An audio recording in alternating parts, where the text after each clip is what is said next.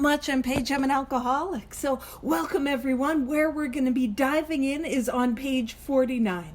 And it's the first full paragraph. Now, if you're here last week, you saw me trying to push the limits and give Neil absolutely no time to round down the meeting. So I was trying to cover this paragraph, but I'm like, you know what? We'll touch on it again this week. So we're in the chapter We Agnostics, page 49, first full paragraph, which is about halfway down the page. It says, instead of. So we're talking about those barriers that we have to a belief in a power greater than ourselves. And we're at the spiritual judo or the spiritual jujitsu portion of the book, where it's using the arguments that I bring to the idea that there could be a power greater than myself, and it is using those arguments against themselves, flipping them over, doing a little judo or jujitsu flip or what have you. And so that's what we were doing. Last week we were talking about the idea of science and that science operates at a level that we cannot see with our naked eye more often than not, and yet we believe it. So when it says, instead of regarding ourselves as intelligent agents, spearheads of God's ever-advancing creation, so instead of seeing that we are a part of something greater, we are a part of the greater world, a part of the greater humanity, a part of the greater universe. It says, we agnostics and atheists chose to believe that our human intelligence was the last word, the Alpha and the Omega, the beginning and end of all. Rather vain of us, wasn't it? So let's break it down a little bit more. When it talks about ourselves as intelligent agents, we're going to see the use of this word agent later on. You see, in the third step, we're going to get fired. Spoilers, we're going to get our pink slip for those in North America and for those across the pond. We're going to get our spiritual P45s. We are absolutely fired from the management position of our life. Now, if you're like, hey, wait a minute, it's a holiday season. I don't want to lose my management job. It's not a good time, girl. Well, if you guys remember in the first step, my life was unmanageable. I came to that conclusion. It took me a while despite all the glaring evidence, it took me a while. But I came to the conclusion that my life was unmanageable. Y'all want to know who was managing it? Me. I managed it. I managed my life into an unmanageable position. I took my life into a no-win place where I can't stay sober, but I can't drink, where I can't live the way that I'm living. So when we talk about being intelligent agents, it is in part alluding to what we're going to see in step 3, where I am absolutely, utterly fired from the management position of my life. And I'm going to work for this power. And that's my responsibility, to work for this power. And what does that look like? What that looks like is that ultimately that I'm working the steps. That's what it looks like, that I'm carrying this message, that I'm writing inventory. Because if we're ever stuck, like, what's God's will or what's the will of the universe for an alcoholic like me? Well, inventory is a good place to start. There's no better. That's what we're talking about when we say it's like working for this power. And so instead of regarding ourselves as intelligent agents, spearheads of God's ever-advancing creation, and I want to point out capital G and capital C. And of course, capital G on God makes a whole lot of sense. But as we've been going through the chapter We Agnostics, we've been seeing time after time where there is a capitalization. And those capitalizations are synonyms for the word God. So if I don't like that word God, I don't have to use it. Don't use it. We can use universe, power, creator, creative intelligence, spirit of the universe, higher power. We can use all of those synonyms. And you see, the word God is simply a title, and I'm not after a title. I'm after the power, the experience that is beyond the title. And also, just welcome everyone that just joined us. We're on page 49, first full paragraph, because I don't go quickly. It's the middle of the page. So it says, when it talks about spearheads of God's ever-advancing creation, I want to pause with that word creation because I love the idea of this power as a present tense verb. How often do we rail? Well, it is the holiday season. How often do we rail against this idea of a Santa Claus God? Apologies to those that are in your hats. It's very festive and I love it. But oftentimes we rail against this idea of like a bearded guy in the sky who's watching and is distant and apart and judging me if I'm good or bad, and I'll get spiritual coal, in my stocking. That's the sort of thing that we're railing against. But I love this idea of this power as a power that is here and now, a power that is moving, a verb, an action. And so that we get to be a part of that, a spearhead of it, which is to say, to spearhead, it's, if you think of like an arrow, it's at the very tip of the arrow. That is what is being propelled. And I love the idea that I can live a life that is propelled by a power that is greater than me. And if you're like, that sounds all right, that doesn't sound awful. I was propelled by self-pity for a whole while, like burp, burp, burp, like it was sputtering. It wasn't going anywhere fast. So if I'm open to that, how do I become that spearhead? How do I experience this present tense power again that is the purpose of the 12 steps to get me there? And so it goes on to say, we agnostics and atheists chose to believe that our human intelligence was the last word. My human power is the most power that there ever is. And an interesting thing about that is my human power could not keep me sober. I tried. Now, I'll be honest with you, I did not try everything, but everything that I tried failed. So how could my human power be the last word, the Alpha and the Omega, the beginning and end of all, when alcoholism was a power that is greater than me? Is it not possible that there could be a power that is greater than my alcoholism? And the belief that there could be, that is simply what the second step is about. I don't know this power. I don't experience this power. I'm not going to awaken to this power. I'm just going to believe that it exists at the second step. And the 12 steps are going to bring about that change. And there's this beautiful talk. It's a monologue that I heard. And it describes this idea of like, if I'm struggling with the idea that this power could not possibly care. And if I remind myself that I am an agent of this power, a spearhead of this power, it is a reminder that if I care, God cares. Not that God is, not caring if I don't care.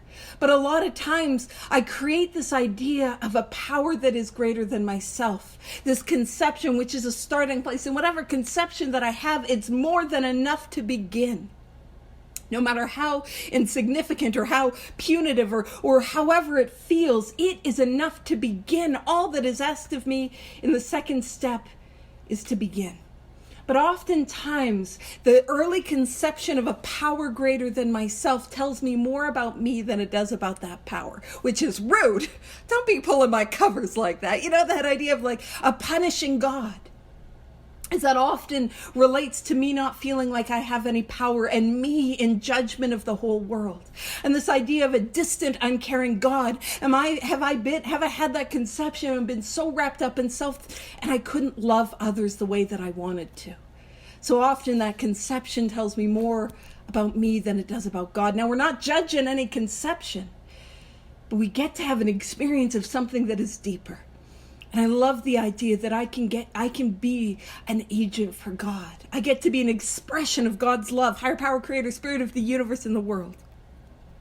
And when it talks about the Alpha and the Omega in the Greek alphabet, it started with Alpha, it ended with Omega, so the totality of it. And it says, rather vain of us, wasn't it? Vain of me to think that my intelligence is the last word. And if you've seen me before caffeine in the morning, you know I'm not brimming over with intellect. I'm barely stringing sentences together. I got to get that Earl Grey in me. And obviously prayer and meditation, the Earl Grey and the God, and then we can go, So it goes on to say, we who have traveled this dubious path, and we miss Rob because he would have it locked and loaded and he would be putting it in the chat, so you're going to have to struggle along with me. Dubious means doubtful.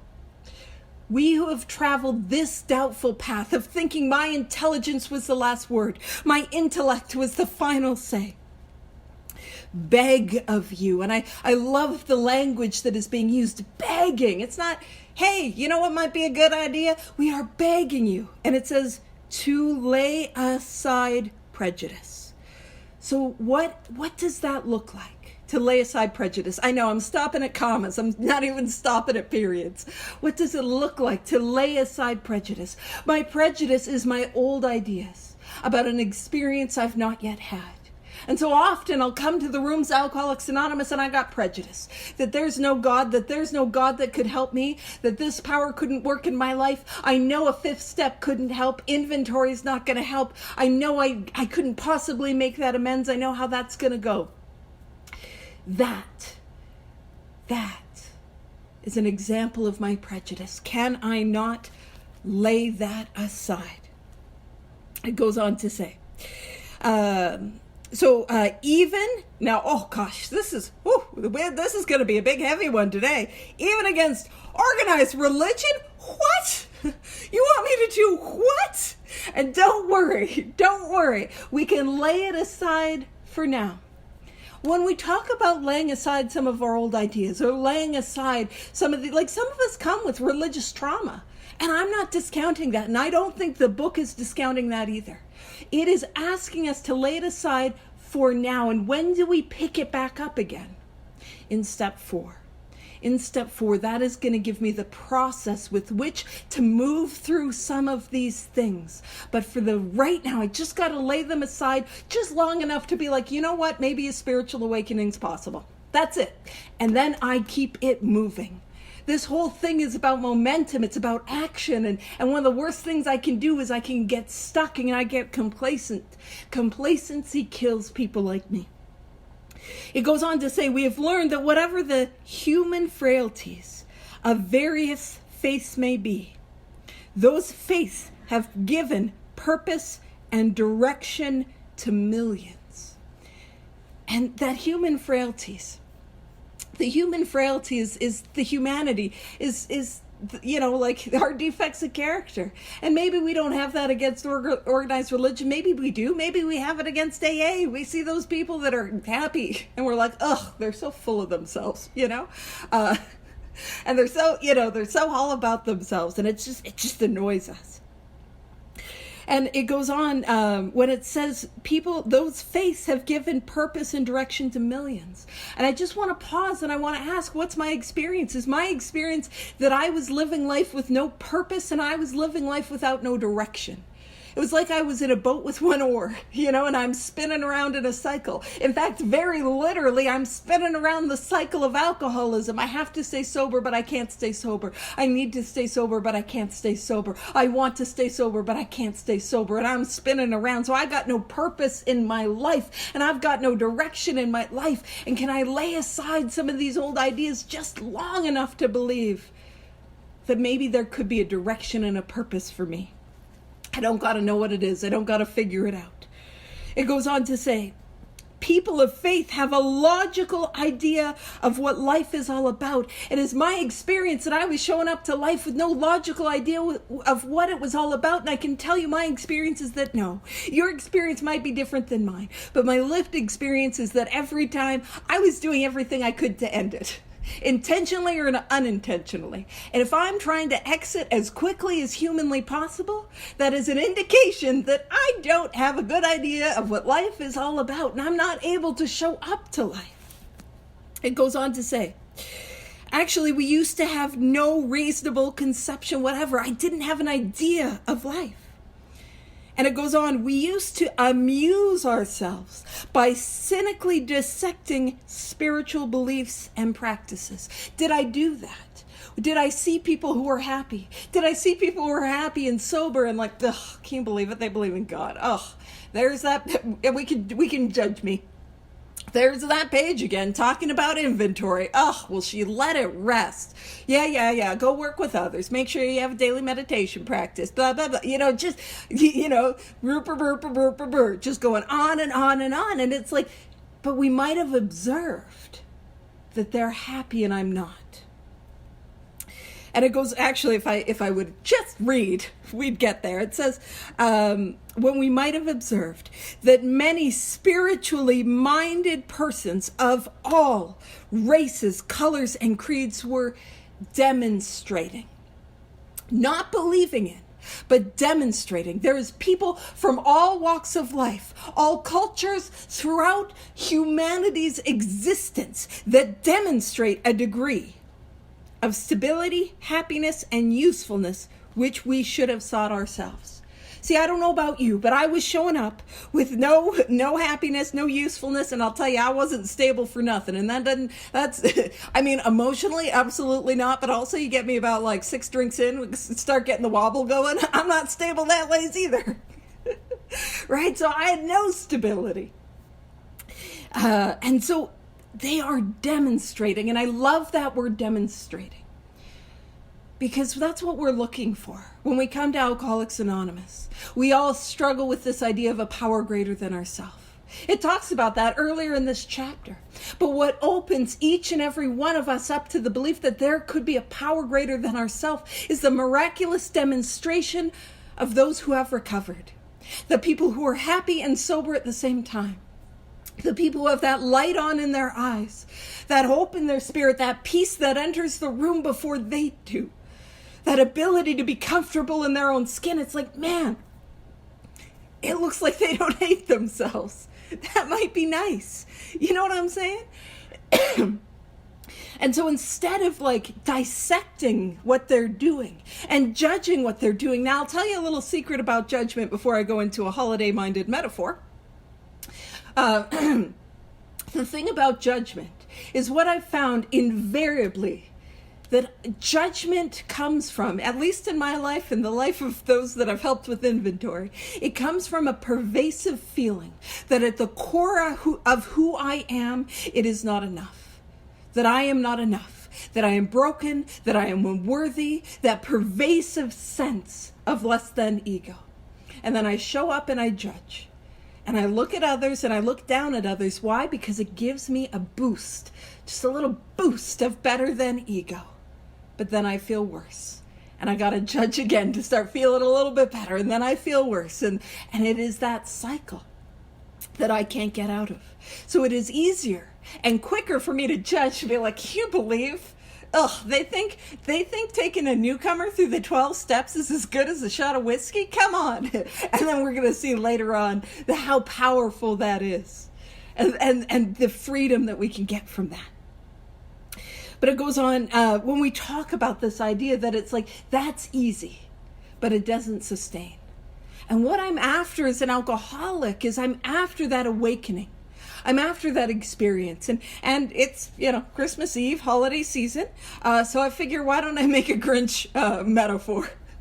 I come to Alcoholics Anonymous, and I was going to say bah humbug, but that's Scrooge. And I want to be the Grinch. I'm sitting in my little cave with my little dog, and I'm seeing all the Who's down in Whoville. So I guess the Who's are the recovered alcoholics that are like, do the steps, it's great. Ooh, let us help you do inventory. I don't have a musical bone in my body. So I'm not clever enough to sort of adapt the Who's song for the whole thing.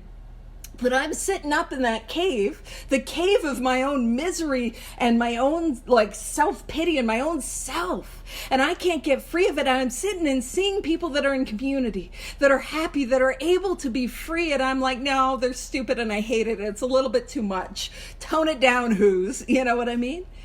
But what transformed the Grinch? Now, to be fair, I've not seen that movie, the original 1960s animated one or the Jim Carrey one in a long time. So if I got the plot wrong, feel free to correct me loudly. But what transformed him?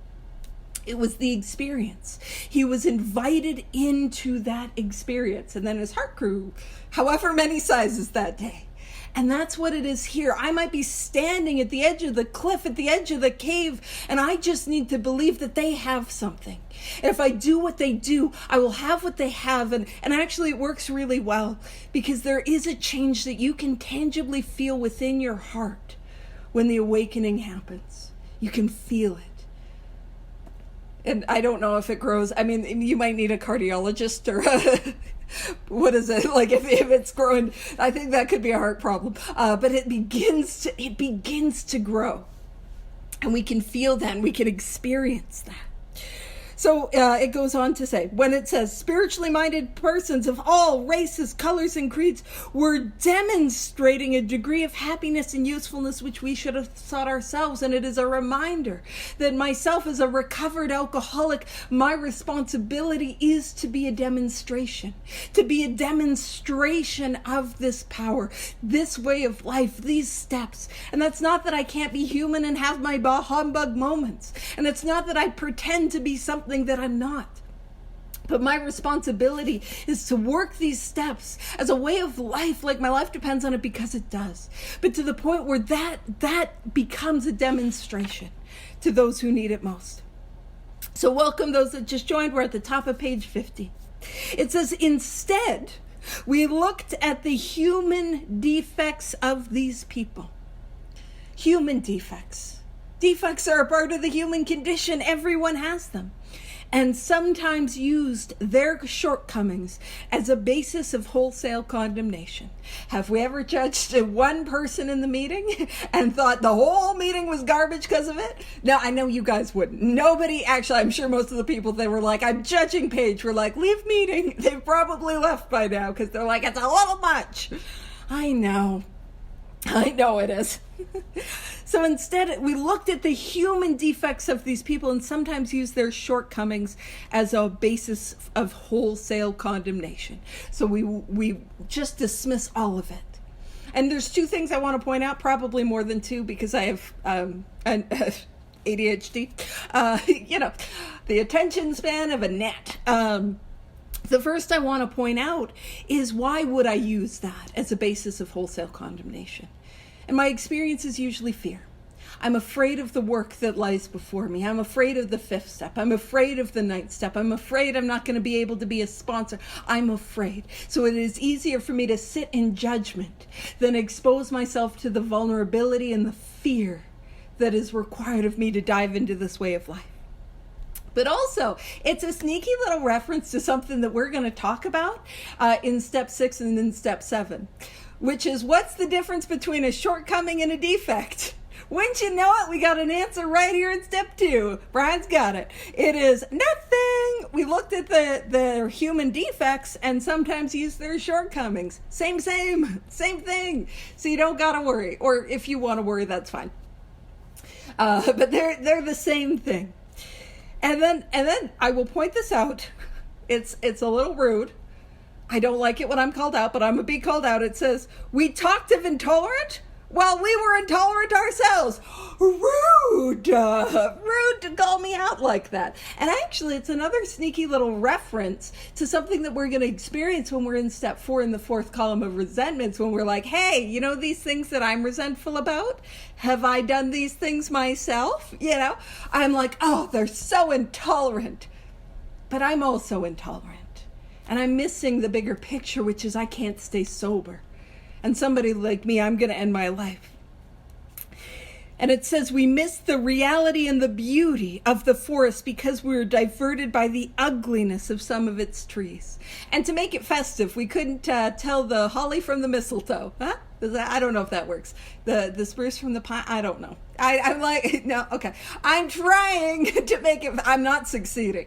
And actually, it's funny because I have a friend of mine, and I turn everything into a spiritual metaphor. Like I'll do that out in the wild. Like I'll be out in the world and I will make a spiritual metaphor. And I was out one day and I was working with a sponsee. We were in his car, like doing step work, and a friend of ours walked by and there was this tree. And I started talking about how the tree was like a beautiful metaphor for alcoholism, because it was having a tough go and then started growing again. And it was like, it's great. And so what I've started doing to this poor, wonderful person is I've started taking pictures of ugly trees and just sending them to her and being like, this tree is alcoholism. I am who I am, and it is a little weird already.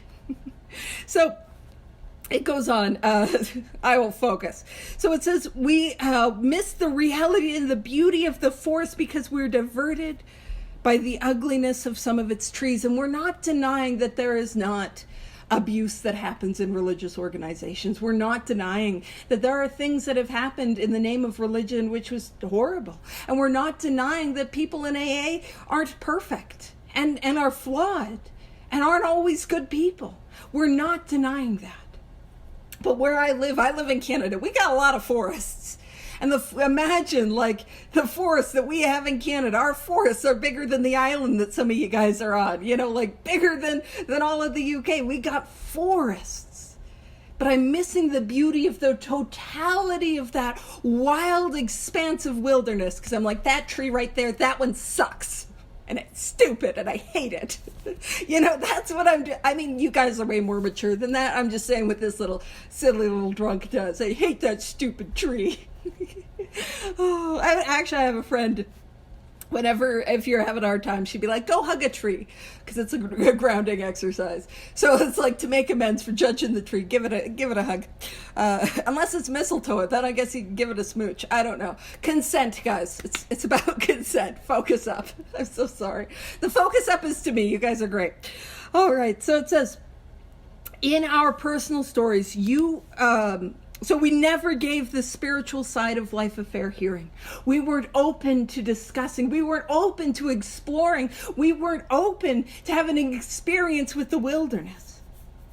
In our personal stories, you will find a wide variation in the way each teller approaches and conceives of the capital P power which is greater than himself. So the personal stories are obviously the stories in the back of the book. But if we remember that this book, it was meant to go out and carry this message. I could be a lone alcoholic living in Calgary, Alberta, or Scotland, or England, or Texas, and only have a copy of this book and not know a single other sober individual and follow its directions in order to recover. And so they included the story so that it could cut through some of my andas and my yeah buts, and I could say, yes, I'm like that. Yes, I drank like that. Yes, I experienced that. Yes, maybe this thing could help me too. And that is also what we're trying to do when we, in our personal stories. It is also the personal stories when we share our experience, strength, and hope at meetings. And so in this paragraph, it's also giving us some suggestions on how we can share at meetings in ways that are hopefully going to be helpful to others. But what it's saying is that we have this wide variation in the way that we conceive of a power. That the idea in step 2 is I'm just starting somewhere. And that somewhere is beginning the approach. The approach is going to be, how do I approach this power? How do I build a relationship with this power? Again, that is the purpose of the 12 steps. But I gotta start somewhere.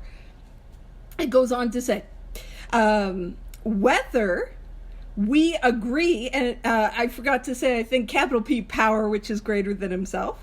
Whether we agree with a particular approach or conception seems to make little difference. Guess what? It doesn't matter what I think about your higher power. It doesn't matter what I think about the belief that you have. That doesn't matter. It doesn't matter. Wherever you're starting is a place to start. It says it makes little difference. Experience has taught us. Not our opinion, not our belief, not our ideas, but experience. And these 12 steps are all based in experience. Alcoholics Anonymous is a program that is based on experience, not what I think, what I feel, what I believe, but what I experience as the result of the actions that I take. So our experience, it doesn't matter if I disagree with your higher power, I don't, but it doesn't matter if I did. Our experience is this. Has taught us that these are matters about which, for our purpose, you need not be worried. So that feeling that the idea that the power that I have right now isn't enough, or the idea that I have isn't enough, don't even worry about it. We're going to start here, and we're going to build a relationship with this power. We're going to build an experience with this power. We're going to access this power. But we just got to start with maybe there's a power. That's where we start. It says there are questions for each individual to settle for himself. We get the freedom to figure it out on our own. We get the freedom to decide for ourselves where we start. And that's what's beautiful, is I don't have to figure out a whole doctrine of a religion. I don't ever have to be religious if I am. And if I come with a religion, amazing, I get to use that. Do you see what I'm saying? There is total freedom. And it goes on one proposition, however, these men and women are strikingly agreed. So we might differ in all the different conceptions that we bring to the table in Alcoholics Anonymous. But on one thing we agree. Now, if you've been around AA and gotten involved in service, you'll know we don't agree on much. And hey, I always want to point out, and I'll do a little shout out, if you're missing, like if you're relatively newly sober and you're missing the drama of your alcoholism, you're missing that, like the drama and the chaos, just get involved in service. Speaking of which, ODAAT, looking for people to get involved in service. Come check us out. Come help out. It'll be great.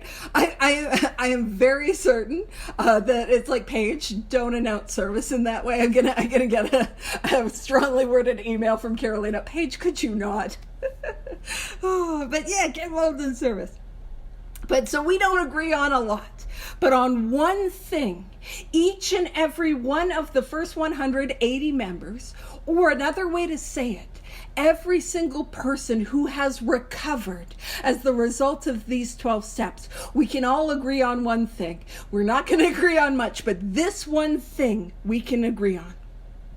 And it says strikingly agreed, because probably it's shocking that we agreed, It says every one of them has gained access to and believes in a capital P power greater than himself. And I want to emphasize gained access to, because I think that's more important. What I gained access to is far more important than what I believe in, and I think that's why it comes first. The power that I access is the power that I need to save my life. I cannot stay sober on a belief, because I've tried. We've all tried to stay sober out of belief. Maybe it's not a belief in a power greater than ourselves, but maybe it's a belief that I need to stay sober, which is accurate. Maybe it's a belief that family is important to me and I got to stay sober for family. Maybe it's a belief that my value and worth comes from climbing the corporate ladder, but I could not stay sober on any of those beliefs. And I can't stay sober on a second step. The second step is the starting blocks of a lifelong race. It is not the finish line. And so what is more important than what I believe is what I experience, accessing that power, experiencing that power. And I love to talk about building a relationship with that power, because it's a give and take, and I've got to put effort in, and it's something that's never done, and I build it over time. And a capital P power greater than himself.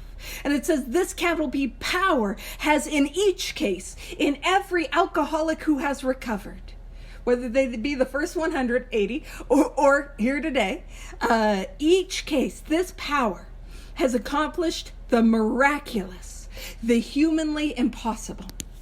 And what is miraculous and what is humanly impossible for an alcoholic? Permanent contented sobriety. In each case, what has been brought about was permanent contented sobriety. If you're an alcoholic the way that I'm an alcoholic, you know that that's pretty gosh darn miraculous. That is a miracle. I could never experience that. I could put down the bottle and I could stay sober for a while, but I wanted to die the whole time. And I always want to the caveat when I talk about this promise is that there is an asterisk. As there is with every promise. The 9th step promise, which Eileen is going to read later today. Doing service. Look at that. Phenomenal. But in the 9th step promises, the caveat, the responsibility that I have to experience those promises is that I be halfway through my amends. To experience the 10th step promises, I've got to be, living in the 10th step, continuing to clean and keep that channel clean, to do that 10th step as things pop up, to experience the 5th step promises. What do I got to do? Step 5, hold nothing back. And so the caveat, the asterisk, the how do I experience this promise, this miraculous, this humanly impossible, is that I continue to live this way of life. That's what I continue to grow spiritually. That's what it talks about. So And I love that it also says humanly impossible. Sobriety for an alcoholic is humanly impossible. I cannot stay sober on human power if I have alcoholism. If I don't have alcoholism, yes, get the relationship. Mr. Right might fix you. But in my case, he was Mr. Right now, and let's be real, he was Mr. Right out of jail. But he might fix you. I don't know. Not my ex. I don't think he'd fix no one. But I like me a fixer-upper. Couldn't fix me up, though. That's not healthy relationships. But human power, all those things that I tried, was not sufficient, did not work. And it goes on to say, as a celebrated American statesman put it, let's look at the record. Now, that celebrated American statesman, his name was Alfred Smith. He was the governor of the state of New York.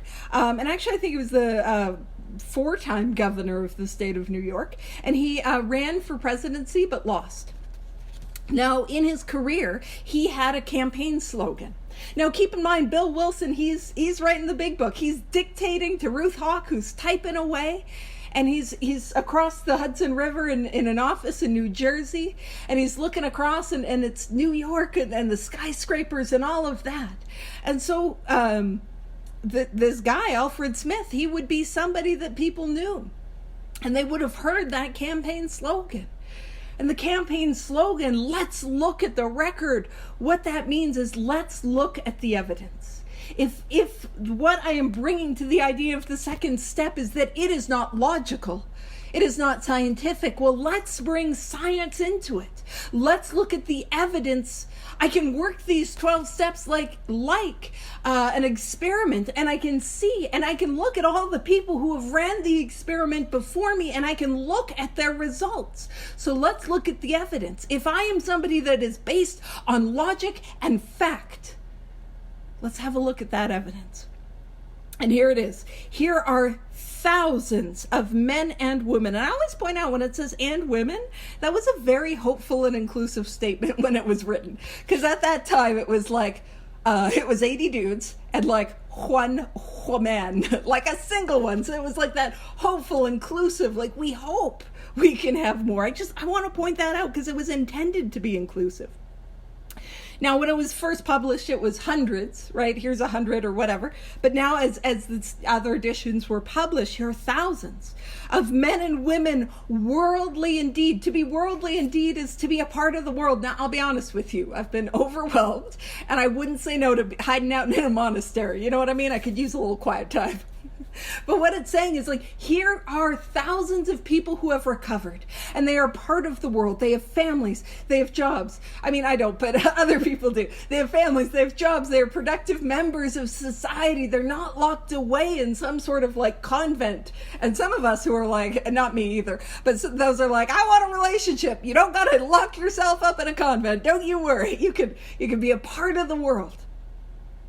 It says, they flatly declare that since they have come to believe in a capital P power greater than themselves. And if you're writing in your book, you can make a little note that is step 2, part 1.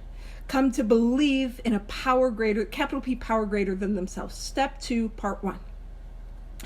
And then it says, to take a certain attitude toward that power. That is going to be step 2, part 2.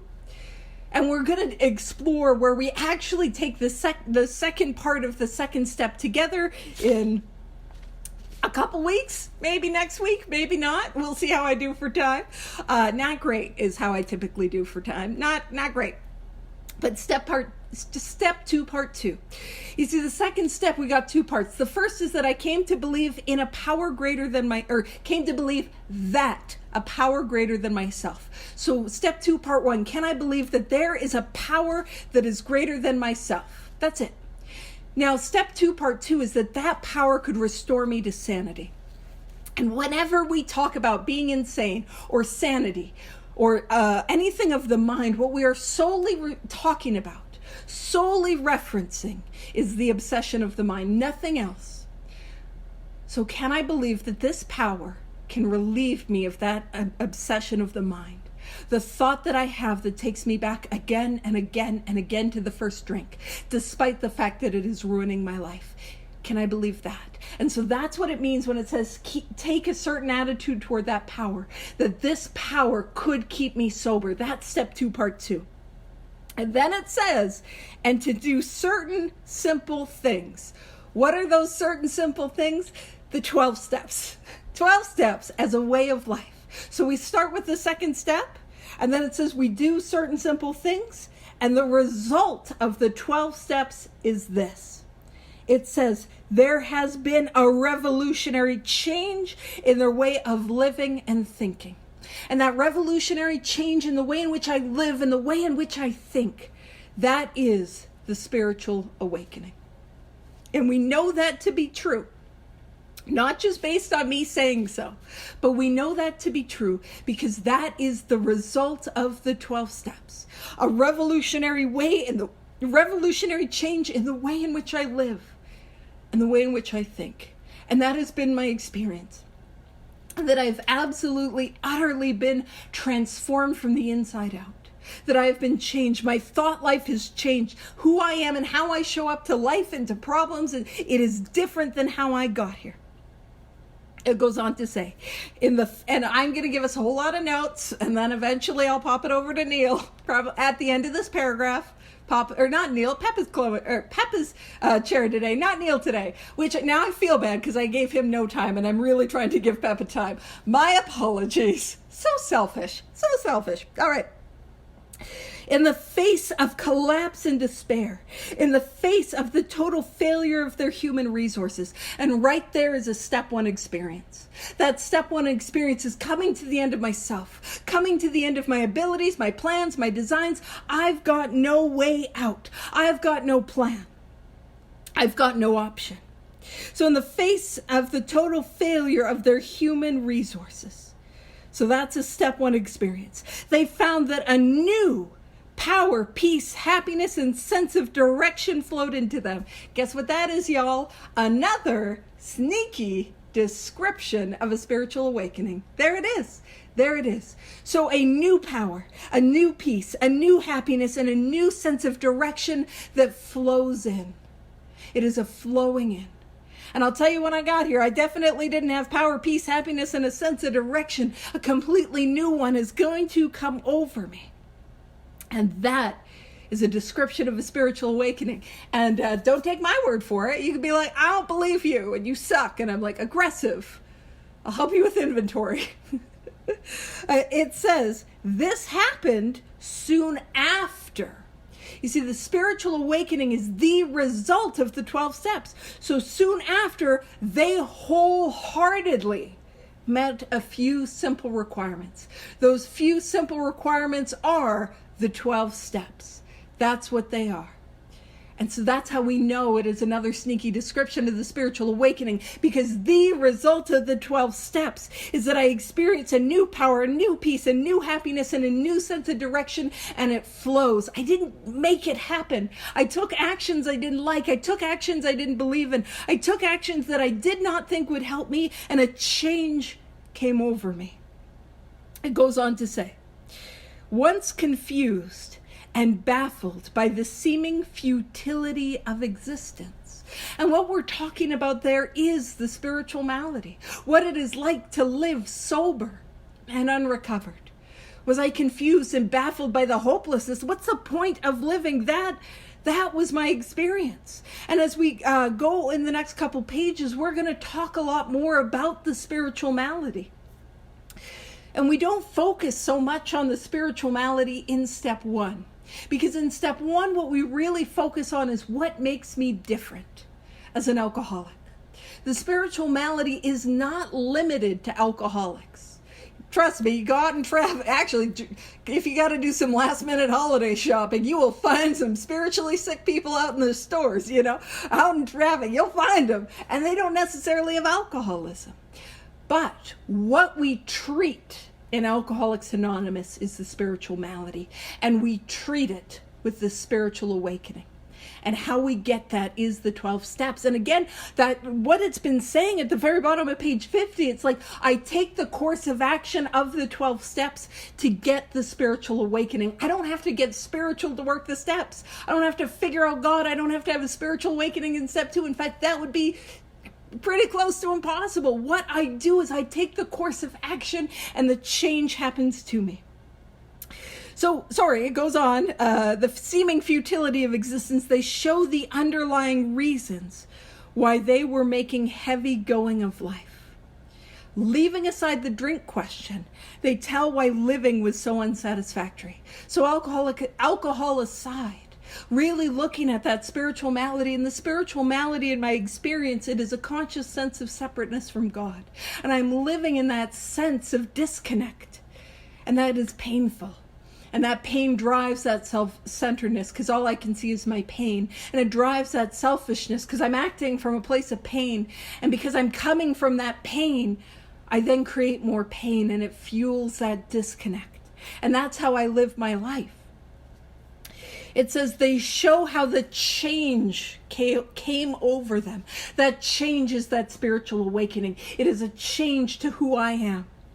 And it says when many hundreds of people are able to say that the consciousness of the capital P, capital G, presence of God is the most important fact of their lives, they present a powerful reason why one should have faith.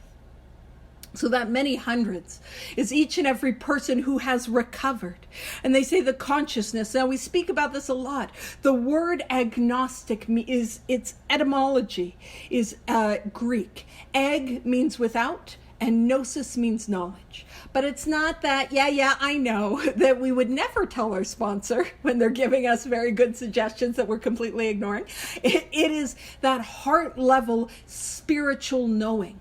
That's what gnosis is. It's spiritual knowledge. So each and every one of us, when we come to the second step, we are agnostic by its etymological origin, which is to say, I don't have that experience of God.